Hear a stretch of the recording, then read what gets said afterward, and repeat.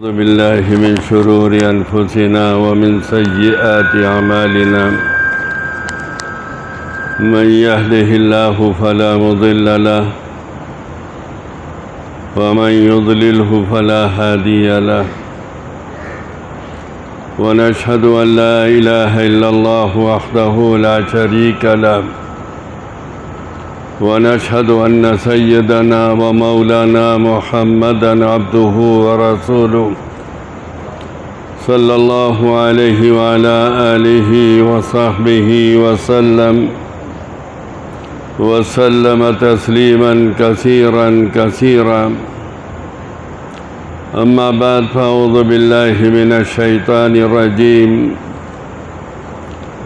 بسم الله الرحمن الرحيم إن أحسنتم أحسنتم لأنفسكم وإن أسأتم فلها إن أحسنتم أحسنتم لأنفسكم وإن أسأتم فلها میرے محترم اور عزیز بچوں، دارالعلوم ندوۃ العلماء کے عزیز تلامذہ، جیسے مولانا نے ابھی بتلایا، ہمارے یہاں برس مدت مدیدہ سے یہ دستور چلا رہا ہے کہ آغاز سال میں یہاں کے اساتذہ اپنے شاگردوں کو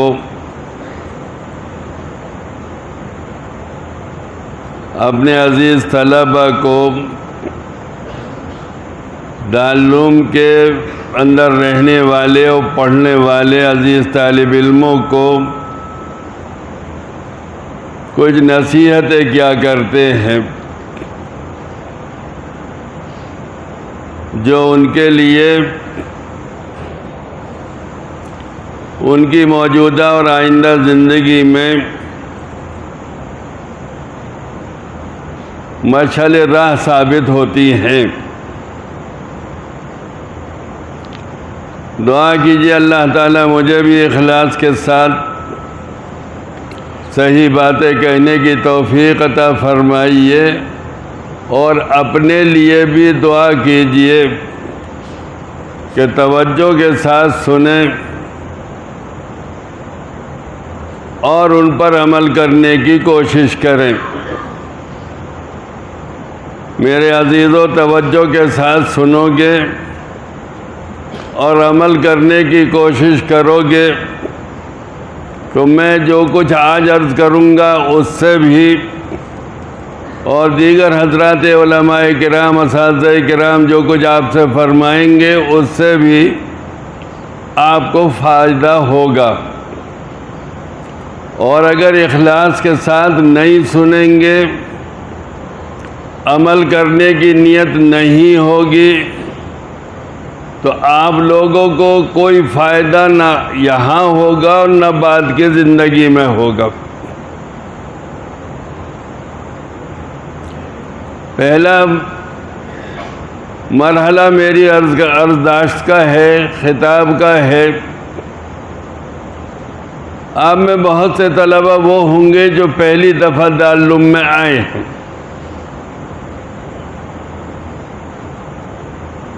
انہوں نے اپنے ماں باپ کو، اپنے عزیزوں کو، اپنے گھر بار کو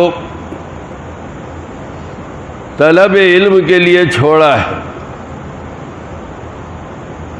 آدمی کا اپنا گھر چاہے جھونپڑا ہی کیوں نہ ہو، پردیس کی عالی شان عمارتوں سے بہتر ہوتا ہے۔ پھر اس میں ماں باپ کی شفقتیں اور محبتیں اور بہنوں اور بھائیوں کی الفتیں آپس میں،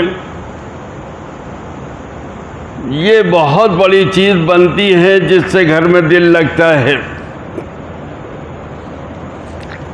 آپ اپنے ماں باپ کی شفقتوں کو چھوڑ کر بہنوں اور بھائیوں اور عزیزوں کی محبتوں کو چھوڑ کر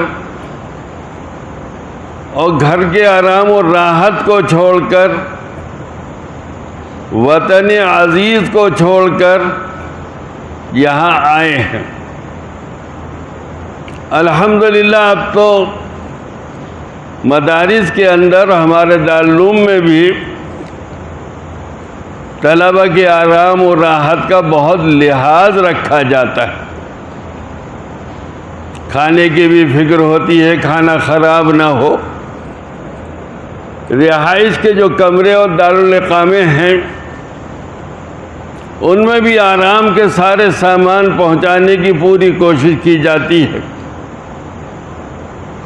لیکن اس کے باوجود بھائی گھر گھر ہوتا ہے۔ اس لیے آپ کو جو ماں باپ کی شفقتیں وہاں ملی ہوئی تھی اور عزیزوں کی انس اور محبت وہاں ملا ہوا تھا، اس کی یاد تو یقیناً آپ لوگوں کو آتی ہوگی۔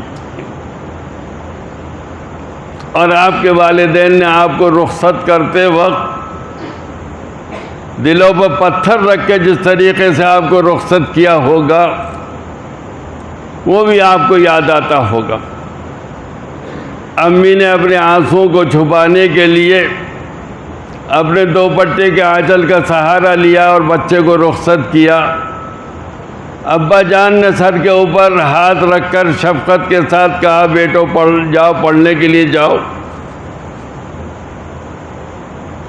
اور حتی الوسع کوشش کی جاتی ہے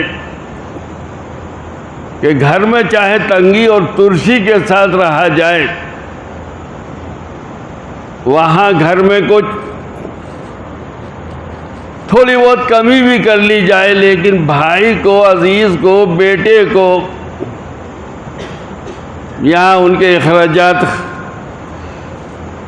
کے لیے کوئی کمی نہ کی جائے۔ بھائی سب تو مالدار نہیں ہوتے، ہماری طرح غریب بھی ہوتے ہیں،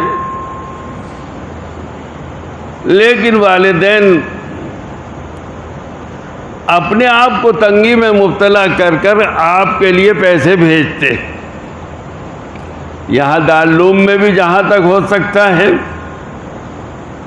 آپ کے آرام و راحت کا خیال رکھا جاتا ہے، اور آپ کے والدین اپنے جگر گوشے کو اپنے سے دور کر کے اور اپنے دل کے اوپر پتھر رکھ کر اور آپ کے لیے جہاں تک ہو سکے اچھے مصارف کا انتظام کر کے سال بھر بھیجتے رہتے ہیں اور بھیجتے رہیں گے۔ یہ دارالعلوم کی طرف سے انتظامات اور والدین کے لیے اور والدین کی طرف سے آپ کے لیے ایثار اور قربانی، یہ صرف اس لیے ہے کہ تاکہ آپ ایک اچھے آدمی، ایک اچھے عالم بن جائیں۔ اس سب طرف سے جو قربانیاں ہو رہی ہیں آپ کے والدین کی طرف سے بھی ہو رہی ہے، دارالعلوم کی طرف سے بھی ہو رہی ہے، دارالعلوم کے معاونین کے لیے بھی ہو رہی ہے، کی طرف سے بھی ہو رہی ہے۔ یہ صرف آپ کی آسانیوں اور راحتوں اور پریشانیوں کے نہ ہونے کے لیے کیا جا رہا ہے۔ میرے عزیزو، دارالعلوم اصل میں تمہارا نام ہے، دارالعلوم اصل میں تمہارا نام ہے۔ تھوڑے دنوں پہلے تک کہا جاتا تھا، چند دن پہلے تک دارالعلوم بند ہے، دارالعلوم ندوۃ العلماء بند ہے۔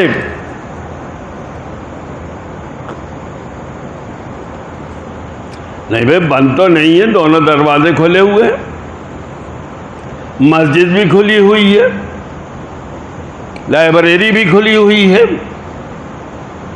سب کچھ، دفاتر بھی کھلے ہوئے ہیں، دارالعلوم کہاں بند ہے؟ ارے نہیں، دارالعلوم بند ہونے کا مطلب یہ طلبہ نہیں، تو اصل میں دارالعلوم تم ہو۔ اور پھر دارالعلوم کے کچھ حصے وہ ہیں جو تمہارے آرام اور راحت اور ضروریات کو پورا کرنے کے لیے بنائے گئے ہیں۔ مثلا دارالعلوم کی عظیم الشان مسجد ہے، اس کو جیسا بنانا چاہا ویسا بن گیا، ویسی بن گئی۔ اس کے شاندار در و دیوار بنائے گئے، وہ ویسے ہی بن گئے۔ اس کے بہترین ستون بنائے گئے، وہ ویسے ہی بن گئے۔ دارالاقامہ جو ہیں ان کے اندر آرام و راحت کا جو بھی انتظام کیا گیا اور ان کی تعمیر کو جیسا بنانا چاہا وہ ویسا ہی بن گیا۔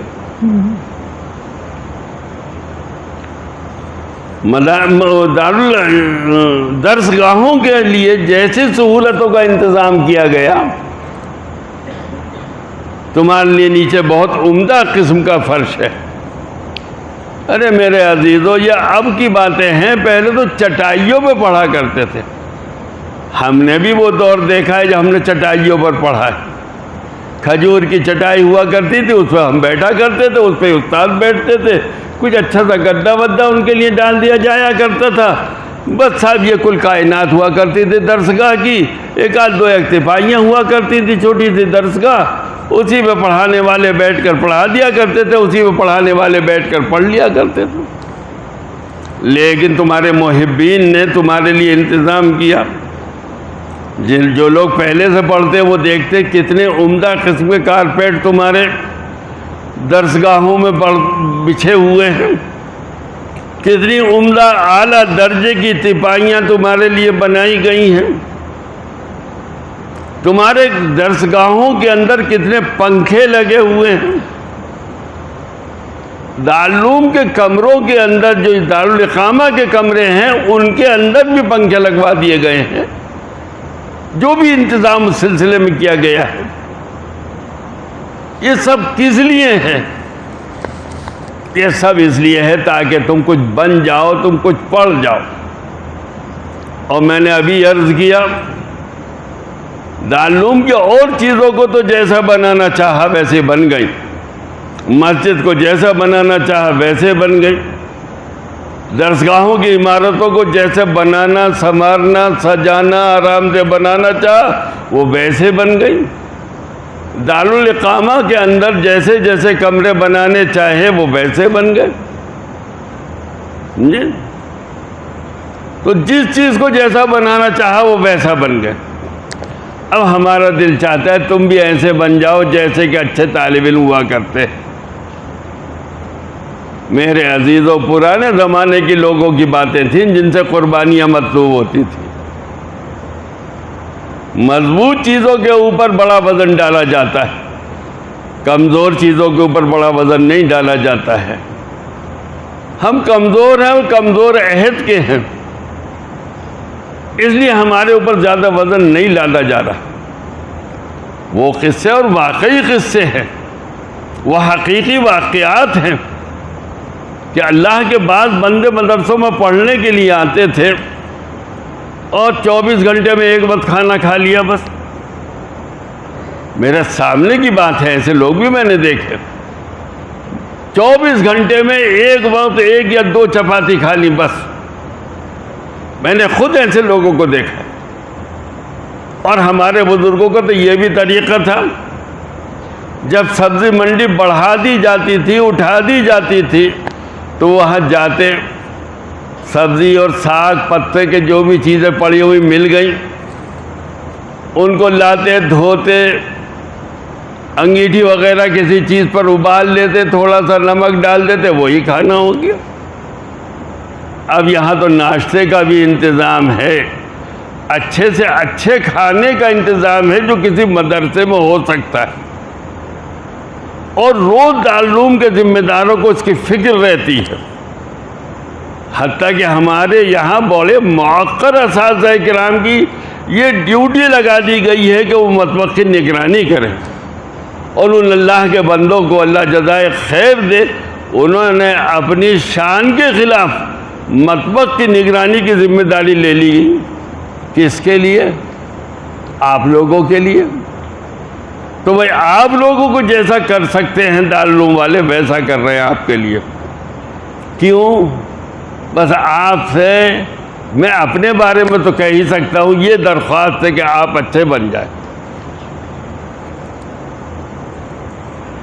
مسجد کے در و دیوار کو جیسے اچھا بنانا چاہے ویسے بن گئے، بار بار عرض کرتا ہوں. دیگر عمارتوں کو جیسا اچھا بنانا چاہے ویسے بن گئے. اور جو مقصود دارالعلوم ہے، جس کا نام ہی دارالعلوم ہے، جو حقیقت دارالعلوم ہے، اس کو ہمارا دل چاہتا ہے کہ آپ لوگ ہلیے نہیں. اس کو ہلیے نہیں، کچھ کہہ رہے ہیں آپ سے، انہیں پتہ ہی نہیں کہ میں ہل رہا ہوں، اور ہنس بھی رہے ہیں اپنی بیوقوفی کے اوپر. ارے بھائی ہلو نہیں. مولانا ان کو پیچھے والوں کھڑا کیجیے ذرا. یہ مولوی صاحب نہیں، یہ سفید ٹوپی والے جو ہے پیچھے پیچھے. ارے اللہ کے بندے اتنے پیچھے نہیں چلے جاؤ. ہاں آپ ہی کھڑے ہوئیے ذرا، کھڑے ہو جاؤ بیٹے. اب تم سفید ٹوپی ہے بیوقوف کہیں کے. آپ ہل رہے تھے وہاں، مجھے پتہ نہیں میں ہل رہا تھا. آپ ہل رہے تھے وہاں، مجھے پتہ نہیں میں ہل رہا تھا. جب آپ ہل رہے تھے تو میں دوسروں کیوں کھڑا کروں گا؟ آپ سے کہہ رہا ہوں ہلیے نہیں، تو آپ پھر بھی ہل رہے. وہاں سمجھ میں نہیں آتی بات کہ ہلیے نہیں کا کیا مطلب. تو سبق کیسے سمجھ میں آئے گا میرے چاند، میرے بیٹے؟ اور ہم سے پڑھو گے تو دن رات کا مسئلہ ہوگا کہ کھڑے ہو جائیے. یہ ہمارے شاگرد ہوں گے جو ہنس رہے ہیں، سمجھے؟ یہ کیا طریقہ ہے بھائی؟ ہم بات کر رہے ہیں اور آپ پینڈولم بنے ہوئے. ہم منع کر رہے ہیں پھر بھی جل رہے ہیں، اور سمجھ رہے ہیں اور ہم کہہ رہے ہیں کھڑے ہو جائیے تو آپ کھڑے نہیں ہو رہے. فَاعْتَبِرُوا يَا أُولِي الْأَبْصَارِ. دیکھ رہے ہو ان کو؟ بیٹھ جاؤ بیٹے. کوئی سزا نہیں ہے یہ، سمجھے؟ تربیت ہے یہ بھی. پہلا کام جو بیٹھنے کے بعد کیا تھا وہ ہلنا.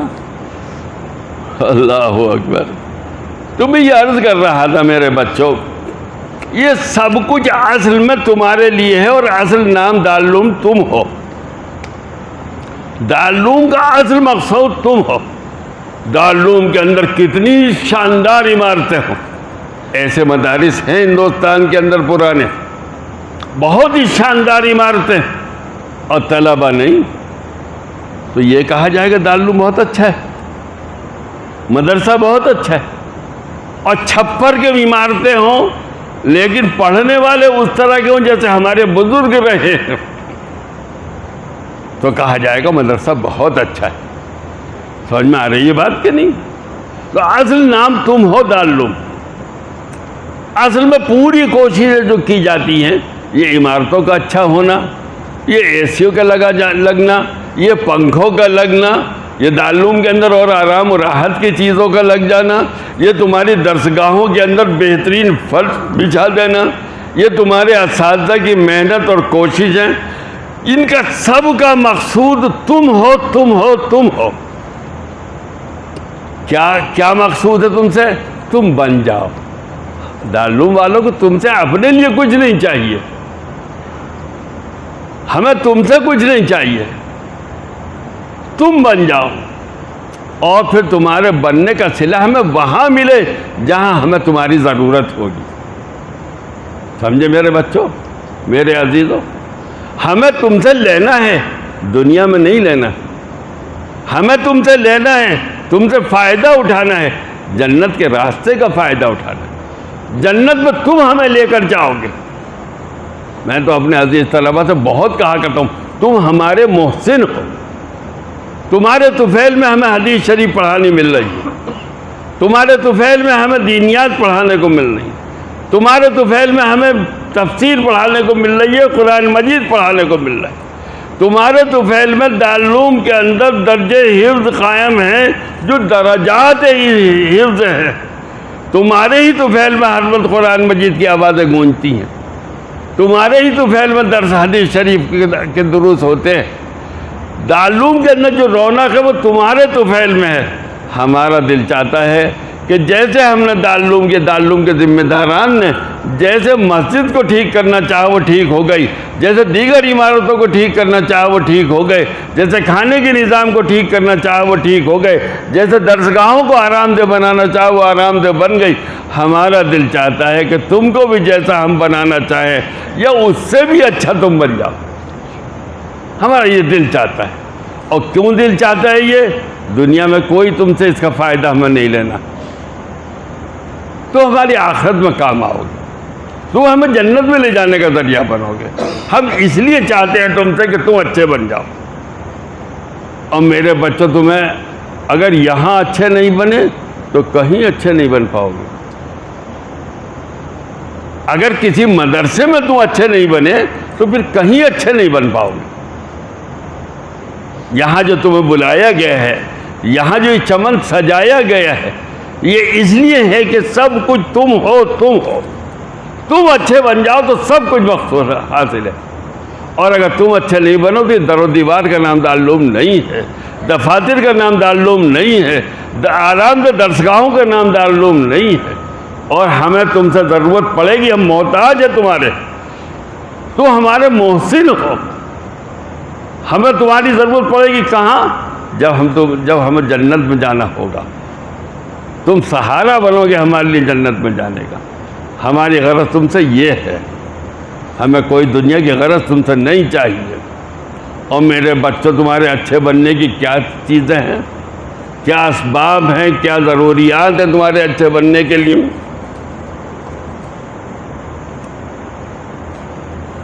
تمہارے اچھے بننے کا مطلب کیا ہے؟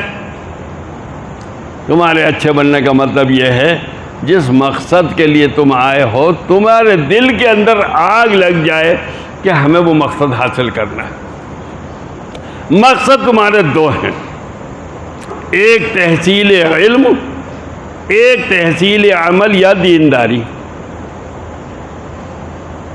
مقصد تمہارے دو ہیں، تحصیل علم اور تحصیل عمل یعنی دینداری۔ میرے بچوں اگر یہاں یہ چیزیں تمہیں حاصل نہیں ہوئی تو پھر کہیں نہیں حاصل ہوں گی۔ یعنی کسی بھی مدرسے کو کہتا ہوں میں، دارالعلوم ندوۃ العلماء کو نہیں کہتا کہ یہاں حاصل نہیں ہوئی تو کہیں حاصل نہیں ہوں گی، بلکہ کسی بھی مدرسے میں جہاں تم پڑھ رہے ہو، تم جیسے بھائی پڑھ رہے ہیں، اگر انہوں نے ان دو چیزوں کو وہاں حاصل نہیں کیا تو پھر کہیں نہیں حاصل کر پائے۔ اور شیطان خبیث آ کر ہمیں بھی بہکاتا ہے، تمہیں بھی بہکاتا ہے، ارے اس وقت کیا پھر آئندہ دیکھیں گے، ارے آئندہ اس کی تلافی کر لیں گے، ارے آئندہ بن جائیں گے، ارے آئندہ اس کو ٹھیک کر لیں گے۔ آئندہ کچھ نہیں ہے، اس وقت ٹھیک کر پاتے ہو تو ٹھیک کر لو، اور اس وقت ٹھیک نہیں کر پاتے تو پھر کبھی ٹھیک نہیں ہو۔ تحصیل علم کے لیے کیا کیا چیزوں کی ضرورت ہے؟ درسگاہ کی پابندی۔ اور یہ بہت بری بات ہے کہ استاد کے پہنچنے کے بعد طالب علم درجے میں پہنچے۔ استاد کے درجے میں پہنچنے کے بعد طالب علم درجے میں پہنچے، یہ بہت ہی عیب کی بات۔ اساتذہ کو بھی وقت پر پہنچنا چاہیے، میں اپنے آپ سے کہتا ہوں، اور طلبہ کو تو استادوں سے پہلے پہنچنا چاہیے، اور مہذب بن کر بیٹھنا چاہیے۔ درسگاہ کے اندر غیر معیاری کوئی بھی بات نہیں کرنی چاہیے، کوئی بھی عمل غیر معیاری قسم کا نہیں کرنا چاہیے، اور پہنچنے سے پہلے تم اپنی استعداد اور صلاحیت کے مطابق مطالعے کے زیور سے آراستہ ہو کر اور مطالعے کے ہتھیاروں سے پیراستہ ہو کر تم درسگاہ میں گئے ہو۔ اگر تم نے مطالعہ نہیں کیا ہے تو سمجھ لو کہ استاد کا درس تمہارے اوپر ایسے پڑے گا جیسے کہ تیز رو بارش ہوتی ہے اور کسی چٹیل میدان پہ برستی ہے اور سب پانی بہہ جاتا ہے۔ اور اگر تم نے مطالعہ کر کے اپنے ذہن کے کھیت کو اس قابل بنا لیا ہے کہ استاد کی طرف سے جو بھی تمہیں پڑھایا جائے گا وہ تمہارے دماغ کے اندر جذب ہوتا چلا جائے گا، یہ مطالعے ہی کے ذریعے سے ہوتا ہے۔ سمجھ میں آ رہی ہے بات کری؟ تو استاد کے درس سے، استاد کی باتوں سے، استاد کی تدریس سے تم کو فائدہ پہنچے گا، اور اگر تیار ہو کر نہیں گئے ہو تو تمہیں فائدہ نہیں پہنچے گا۔ میری عمر بچوں پوری طالب علمی کے زمانے سے لے کر اب تک تدریس تک یہ بھی طالب علمی ہی ہے، ادھر مطالعہ کرتے ہیں ادھر آ کے پڑھا دیتے، یہ بھی تو طالب علمی ہے۔ سمجھے؟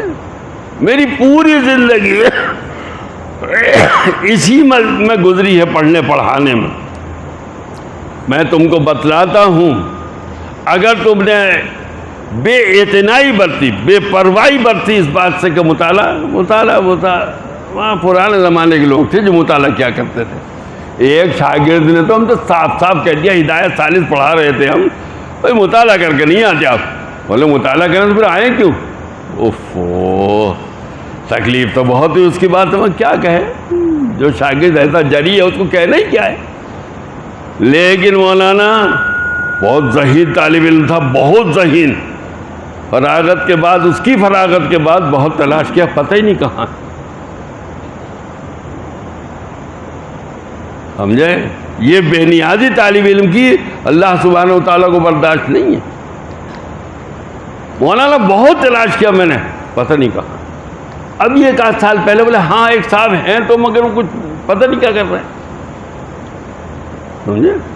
مجھے اس کے گھر کے کا بھی معلوم تھا، فلاں قصبے کا رہنے والا ہے۔ میں نے طلبہ سے پوچھا، ہاں ہے تو ایک صاحب، لیکن یہ معلوم نہیں کیا کر رہے۔ بہت ذہین لڑکا تھا، ایسا ذہین تھا کہ خود اس نے یہ کہہ دیا ہدایت ثالث کا مطالعہ اگر کریں تو آنے کی کیا ضرورت ہے، اتنا ذہین تھا وہ۔ لیکن اس کو ناس لگ گیا مطالعہ نہ کرنے کی وجہ سے، اور ہم کبھی بھی بہت زیادہ ذہین نہیں رہے، اب بھی ذہین نہیں ہے، اور کبھی بھی بہت زیادہ محنتی نہیں رہے اور اب بھی بہت زیادہ محنتی نہیں ہے، اور اب بڑھاپا آ گیا، اب اس کہنے میں کوئی حرج نہیں ہے، کبھی بھی قابل نہیں رہے اور اب بھی نہیں ہے۔ لیکن بچوں ایک بات کہتے ہیں، بلا مطالعے کے درجے میں نہیں جاتے تھے، سمجھے؟ اور آ کر اس کا دہرانا یا مذاکرہ کرانا یہ بھی لازمی تھا۔ پوری طالب علمی کا اکثر حصہ کے لیے، تقریباً سبھی حصہ کے لیے اس حال میں گزرا۔ بھئی بندہ اپنی حیثیت سے کرتا ہے، ان کی نوازشیں ان کی طرف سے ان کے شان عالی کے مطابق ہوتی۔ ہم کم حیثیت تھے لیکن مطالعہ کرتے تھے، ہم کم علم تھے لیکن پڑھتے پڑھاتے تھے، ہم کم علم تھے درجے میں غائب نہیں ہوتے تھے، ہم کم علم تھے ہمارا دماغ بھی درجے میں غائب نہیں ہوتا تھا، ہم پوری توجہ سے اساتذہ کی بات سنتے تھے۔ ہم نے اتنا سا کیا، انہوں نے ہمارے ساتھ یہ فیضان کا معاملہ کیا جس کے ہم بالکل اللہ کے گھر میں بیٹھ کر کہہ رہے، اور بالکل دل سے کہتے ہیں یہ بات، اور بہت بار بار کہتے ہیں جو اللہ نے ہمیں مقام دیا ہے ہم بالکل اس کے اہل نہیں ہیں، نہ تھے نہ ہیں۔ لیکن جیسے میں نے ابھی عرض کیا، بندہ اپنی حیثیت سے کرتا ہے، ان کی طرف سے فیضان ان کی حیثیت اور شان عالی کے مطابق ہوتا ہے۔ تم اب تھوڑا سا مطالعہ کرو گے، تم تھوڑا سا مطالعہ کرو گے، ان کی طرف سے فیضان علم ان کی شان عالی کے مطابق ہوگا۔ لیکن میرے بچوں بے نیازی ان کو برداشت نہیں ہے، بے نیازی نہیں ان کو برداشت، انہیں محتاجی بہت پسند آتی ہے۔ بندے کا اپنے آپ کو محتاج سمجھنا اور احتیاج کا اظہار بھی کرنا یہ ان کو بہت پسند ہے۔ طالب علمی کے زمانے میں مطالعے کے بغیر پڑھنے کے لیے جانا یہ جرم عظیم ہے۔ ہمارے 80% طلبہ یا اس سے بھی زیادہ بلا مطالعہ آتے ہیں، اور یہی سب سے بنیادی چیز ہے جس سے ریڑ لگ رہی ہے، بربادی ہو رہی ہے۔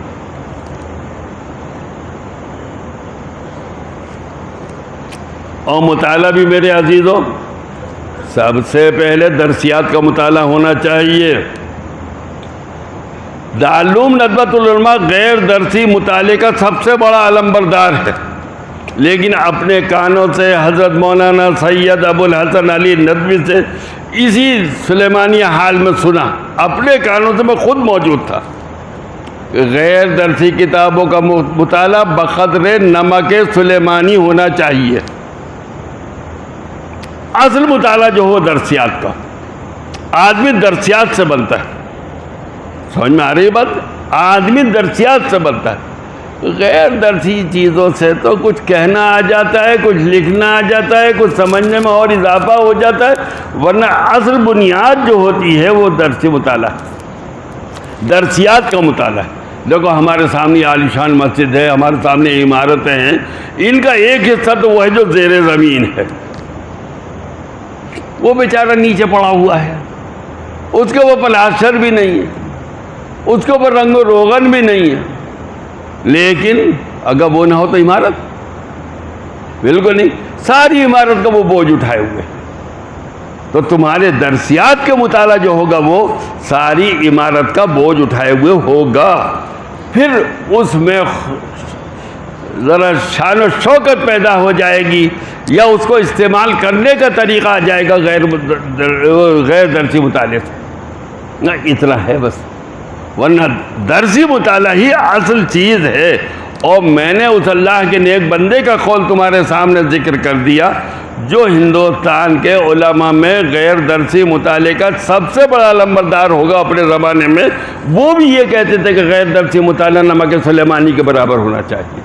اصل چیز تو درسی مطالعہ ہے، اور ہمارے طلباء میں یہ بہت بڑی کمی ہے۔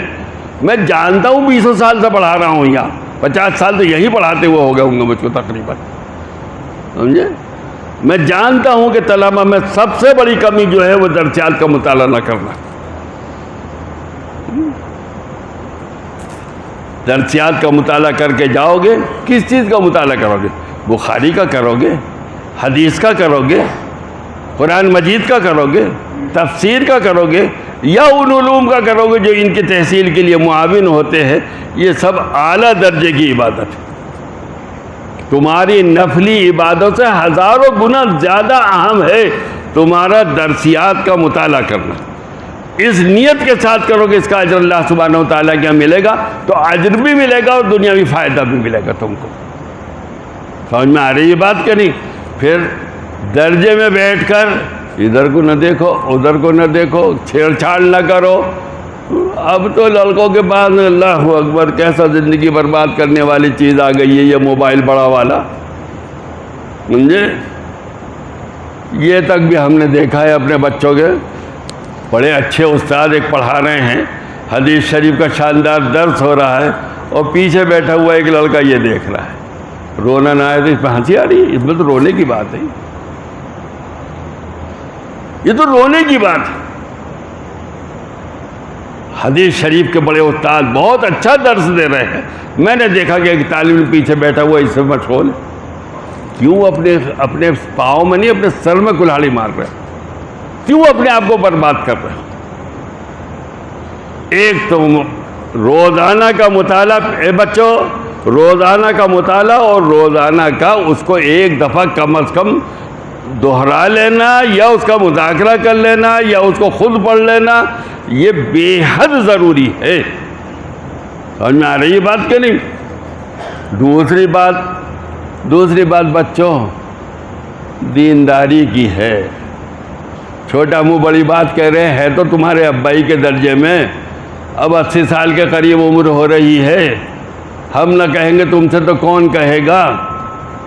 میرے بچوں یہاں پر دین پر عمل کرنا بہت آسان ہے، یہاں سے نکل کر باہر جاؤ گے تو دین پر عمل کرنا بہت مشکل ہے۔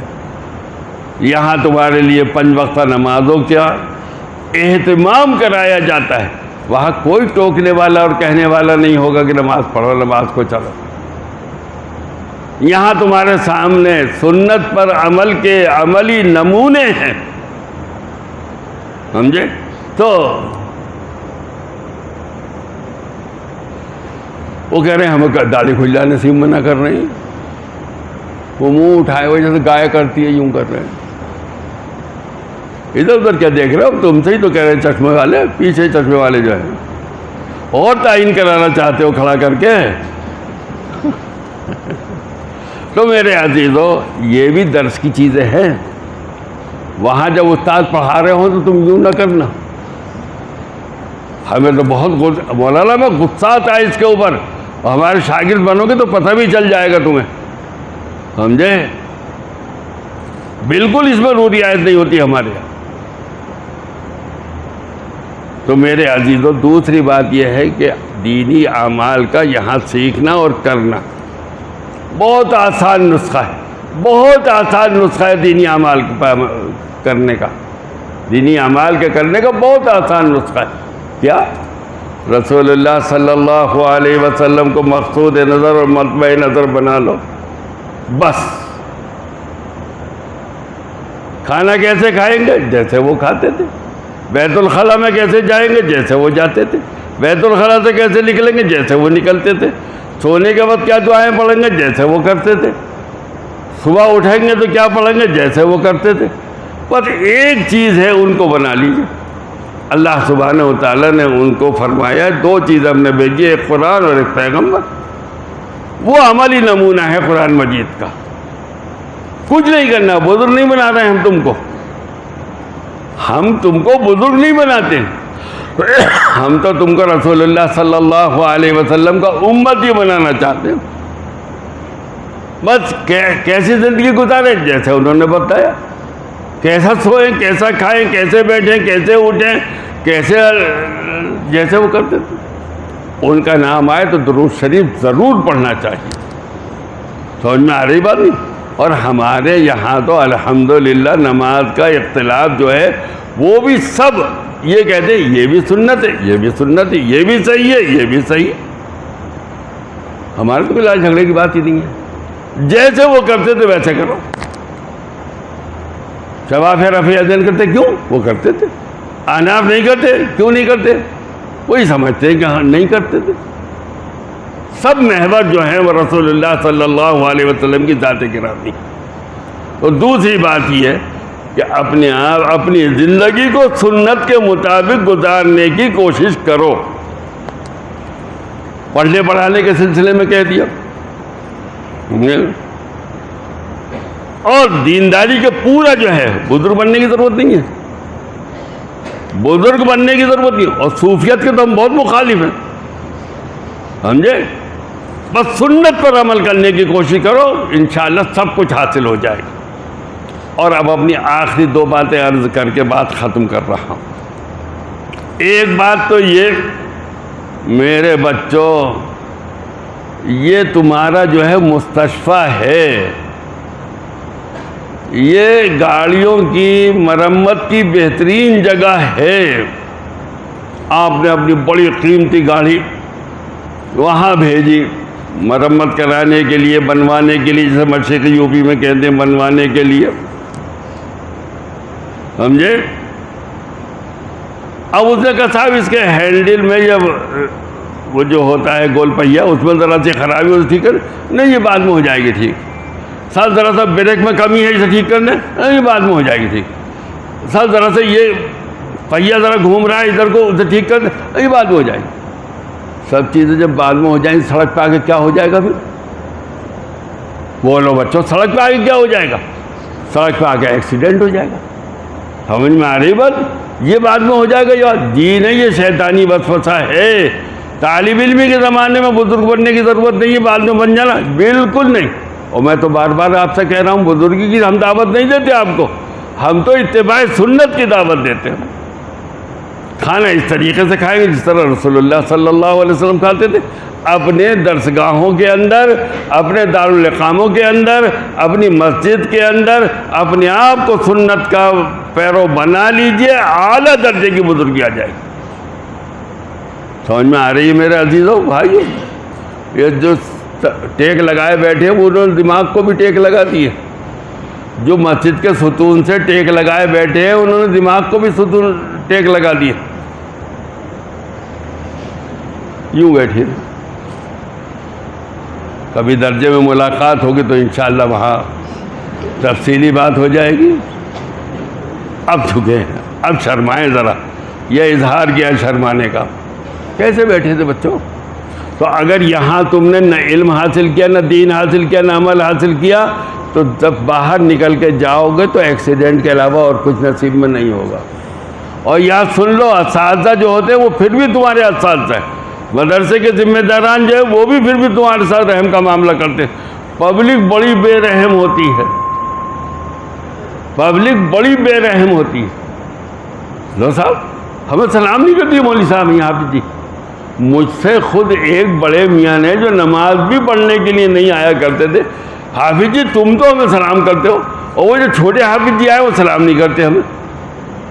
یعنی شکایت تو سنیے کیا تھی. ان باتوں پر پبلک تم سے ناراض ہوگی. سمجھ میں آ رہی ہے میرے بچوں؟ اور ایک بات وہی کہتے ہیں، یہاں سے نکلنے کے بعد پھر کوئی تمہیں ٹوکنے والا نہیں ہوگا.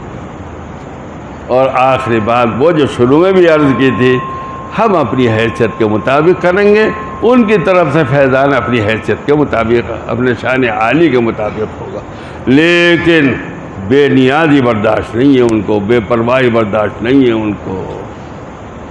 دارالعلوم میں جو کچھ تمہارے پر پابندیاں لگائی جا رہی ہیں وہ اسی لیے لگائی جا رہی ہیں کہ تم دین کے سانچے میں ڈھل جاؤ۔ تمہاری جو گاڑی ہے، زندگی کی گاڑی ہے، اس کا اسٹیئرنگ بھی صحیح ہو، اس کے بریک بھی صحیح ہوں، اس کے پہیے بھی صحیح ہوں، تمہیں ایکسیڈنٹ سے بچانے کے لیے ہی سب کچھ۔ اللہ تعالیٰ تمہاری عمروں میں برکت عطا فرمائے، جتنا وقت لینا تھا اس سے بہت زیادہ وقت لے لیا، اللہ تمہاری عمروں میں برکت عطا فرمائے، اور تم اپنے گھر سے قربانی دے کر جو آئے ہو، دین حاصل کرنے کے لیے آئے ہو، اللہ تمہیں اپنے مقصود میں کامیابی نصیب فرمائے۔ دعا تو کر ہی رہے ہیں، بہت جلدی ہے۔ چلو میں دعا کر لو، بچے کہہ رہے ہیں بہت دیر ہو گئی۔ الحمدللہ رب العالمین والصلاة والسلام علی خیر خلقہ محمد وعلی آلہ وصحبہ اجمعین۔ ظلمنا انفسنا وان لم تغفر لنا وترحمنا لنكونن من الخاسرین۔ ربنا لا تزغ قلوبنا بعد إذ هديتنا وهب لنا من لدنك رحمة إنك أنت الوهاب۔ اے اللہ، ایک بوڑھے آپ کے بندے نے اپنے بچوں کو کچھ نصیحتیں کی ہیں، کہنے والے کو بھی عمل کرنے کی توفیق نصیب فرما، اور ان بچوں کو بھی عمل کرنے کی توفیق نصیب فرما۔ یہ ہمارے لیے آخرت کا سرمایہ ہے۔ اے اللہ، جب وہاں پہنچے تو ان کی طرف سے ہمارے لیے ثوابوں کے انبار لگے ہوئے ہوں، یہ ہمیں جنت میں لے جانے کا ذریعہ بنے۔ اے اللہ، ان کی اپنی زندگی میں بھی برکت عطا فرما، ان کے دین میں بھی برکت عطا فرما، علم میں بھی برکت عطا فرما، ان کی دنیاوی زندگی میں بھی برکت عطا فرما۔ اے اللہ، جہاں جائیں دین کی روشنی کو پھیلائیں، عزت کی زندگی ان کو نصیب ملے، یہ دین کی قدر کرنے والے ہوں، اور پھر لوگ دین کی وجہ سے ان کی قدر کریں۔ اللہ ان کی عمروں میں برکت عطا فرما، جن کے والدین ہیں اور اکثر کے ہی ہیں، اللہ ان کی عمروں میں برکت عطا فرمائے، ان کے طفیل میں ان کے اساتذہ کے لیے بھی برکت کا فیصلہ فرما، اور اے اللہ دارالعلوم کے ذمہ داران اور دارالعلوم کے خدام سب کے لیے خیر و برکت کا فیصلہ عطا فرما۔ اے اللہ، اصل مقصود ہمارا یہی ہے، یہ ہیرے ہیں، جواہرات ہیں، یہ اپنے آپ کو ذرا سا اچھا بنا لے تو ہماری زندگیاں اور ان کی ساری کوششیں کامیاب ہیں۔ اے اللہ، ان کو ضائع ہونے سے بچا لے۔ اے اللہ، اسباب ہر طرف ضائع ہونے کے، اللہ ان کو ضائع ہونے سے بچا لیجئے۔ اے اللہ، ہر لڑکے کے پاس اب وہ چیزیں ہیں جن کو فلم ہاؤسوں میں جو ہوا کرتی تھیں، اے اللہ ان کی نگاہوں کی حفاظت فرما، ان کے دلوں کی حفاظت فرما، ان کے دماغوں کی حفاظت فرما، ان کے دین کی حفاظت فرما، ان کی زندگی کی صحیح رہنمائی نصیب فرما دیجئے۔ اللہ، یہ ہمارا آخرت کا خزانہ ہے، آخرت کے لیے، ہماری آخرت کی ترقی کے لیے ذرائع ہیں یہ۔ اے اللہ، ہم ان کے بھی محتاج ہیں۔ اے اللہ، ہمیں آخرت کی زندگی نصیب فرما، کامیابیاں نصیب فرما، ان کی زندگیوں میں برکت عطا فرما، ان کے والدین کے سائے ان کے اوپر مدت دراز تک باقی رکھ۔ اے اللہ، ہر طرح کی خیر و برکت ان کو نصیب فرما دیجیے، ان کو اپنے صحیح فیصلے کرنے کی توفیق عطا فرما۔ اے اللہ، ان کو اپنے حق میں صحیح فیصلے کرنے کی توفیق عطا فرما، صحیح طریقے پر پڑھنے اور صحیح طریقے پر عمل کرنے کی توفیق عطا فرما۔ ربنا تقبل منا انک انت السمیع العلیم وتب علینا انک انت التواب الرحیم، وصلی اللہم وسلم علی عبدک ورسولک محمد وعلی آلہ وصحبہ اجمعین برحمتک یا ارحم الراحمین۔